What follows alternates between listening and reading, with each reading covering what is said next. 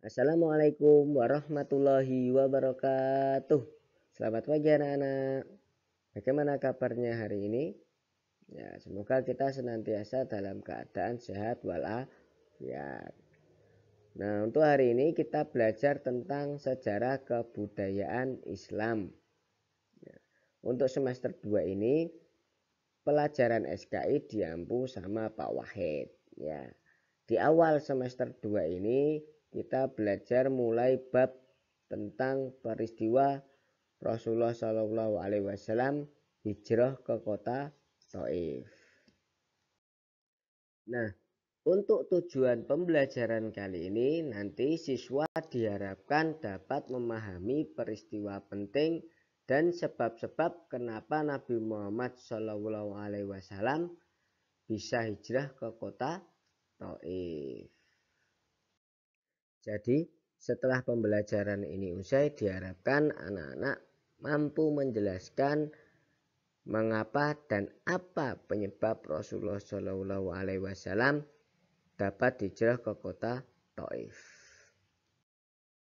Nah, sebelum kita mempelajari apa penyebab Rasulullah Shallallahu Alaihi Wasallam hijrah ke kota Taif, sebaiknya kita pahami dulu apa arti kata hijrah. Hijrah adalah perpindahan dari satu tempat ke tempat yang lain. Anak-anakku semuanya, tahukah kalian bahwa Nabi Muhammad SAW terus mendakwahkan agama Islam ini, walaupun kaum kafir Quraisy selalu menghalang-halangi dakwah beliau. Orang kafir Quraisy ini tidak rela jika agama Islam ini menggantikan agama nenek moyang mereka, yaitu agama yang selalu menyembah berhala. Halangan dan rintangan semakin menjadi-jadi setelah istrinya Khadijah dan pamannya Abu Thalib meninggal dunia. Maka dari itu Rasulullah pergi hijrah dari kota Mekah ke kota Taif untuk meminta bantuan kepada saudara-saudaranya yang ada di Taif. Nah, kota Taif ini terletak di sebelah tenggara kota Mekah. Kota Taif juga merupakan kota yang diistimewakan oleh Allah Subhanahu wa Ta'ala. Sesuai dengan dalil pada surat Az-Zukhruf ayat 31. Nanti suratnya kalian baca sendiri dan artinya juga kalian baca sendiri di buku SKI. Menurut sahabat Ibnu Sa'ad, peristiwa hijrah Nabi Muhammad saat ke Taif terjadi pada bulan Syawal, tahun ke-10 kenabian. Nabi Muhammad pergi ke kota Taif ditemani oleh Zaid bin Harithah. Nah, untuk tujuannya Nabi Muhammad pergi ke kota Taif yaitu untuk mencari bantuan ke keluarganya yang ada di Taif, yaitu dari Bani Saqif. Nah, sesampainya di sana Rasulullah menerangkan dan mendakwahi mereka agar mereka beriman kepada Allah Subhanahu wa Ta'ala. Namun Bani Saqif ini menolak ajakan untuk beriman kepada Allah, karena sebelumnya Abu Jahal telah menghasut penduduk Taif untuk tidak mempercayai ajakan atau dakwah Rasulullah Shallallahu Alaihi Wasallam. Penduduk Taif tidak hanya menolak ajakan dakwah Rasulullah Shallallahu Alaihi Wasallam, tetapi juga melemparinya dengan batu. Jadi Zaid bin Harithah dan Nabi Muhammad dilempari batu oleh penduduk Taif sampai-sampai kedua kaki Rasulullah cedera. Setelah itu Nabi Muhammad pergi meninggalkan Taif dan menghindari kejaran penduduk dengan kondisi pakaian yang berlumuran darah dan penuh luka. Dengan demikian, hijrah ke kota Taif yang bertujuan untuk mendapat bala bantuan dari saudara Nabi dapat dikatakan tidak berhasil.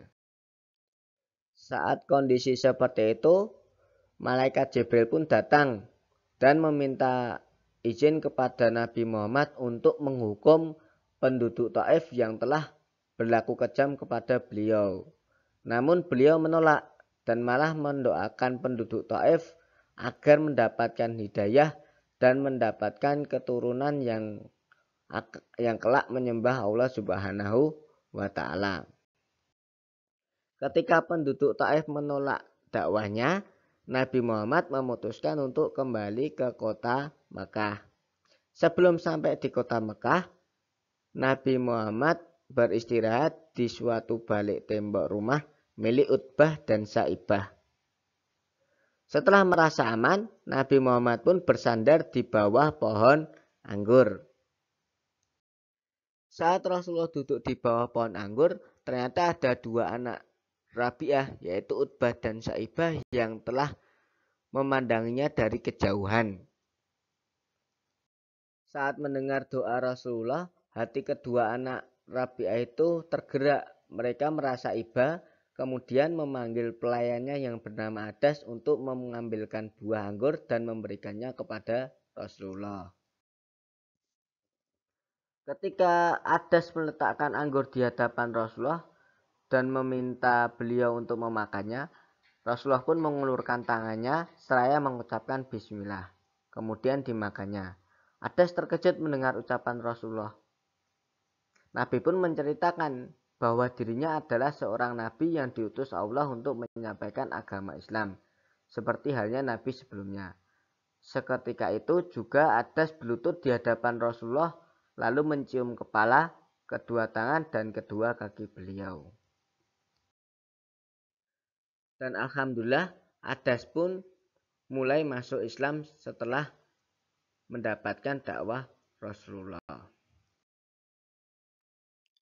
Dari rangkaian cerita Rasulullah SAW hijrah ke Taif dapat disimpulkan bahwa sifat Rasulullah itu begitu mulia. Meskipun hatinya terluka, namun Nabi Muhammad tidak dendam kepada penduduk Taif yang telah melempari batu sampai badannya pun ikut terluka. Penyebab Nabi Muhammad SAW hijrah ke kota Taif diantaranya adalah karena tekanan kaum kafir Quraisy kepada Nabi Muhammad. Kaum kafir Quraisy semakin sering mengganggu dan menyakiti Nabi Muhammad. Setelah Khadijah dan Abu Thalib wafat, mereka menganggap tidak ada lagi orang yang disegani yang melindungi beliau. Kemudian Nabi Muhammad hijrah ke kota Taif dengan harapan dapat menyebarkan agama Islam dengan tenang dan damai. Beliau berharap agar mendapat dukungan dan bantuan dari saudara-saudaranya. Namun kenyataannya berbeda, beliau justru dihina, diusir dan dilempari batu hingga terluka oleh penduduk Taif. Hingga Nabi Muhammad SAW kembali ke Mekah. Nah, itulah peristiwa-peristiwa penting saat Rasulullah SAW hijrah ke kota Taif dan sebab-sebabnya kenapa Rasulullah hijrah ke kota Taif. Nah, mungkin hanya ini dari Pak Wahid. Wassalamualaikum warahmatullahi wabarakatuh.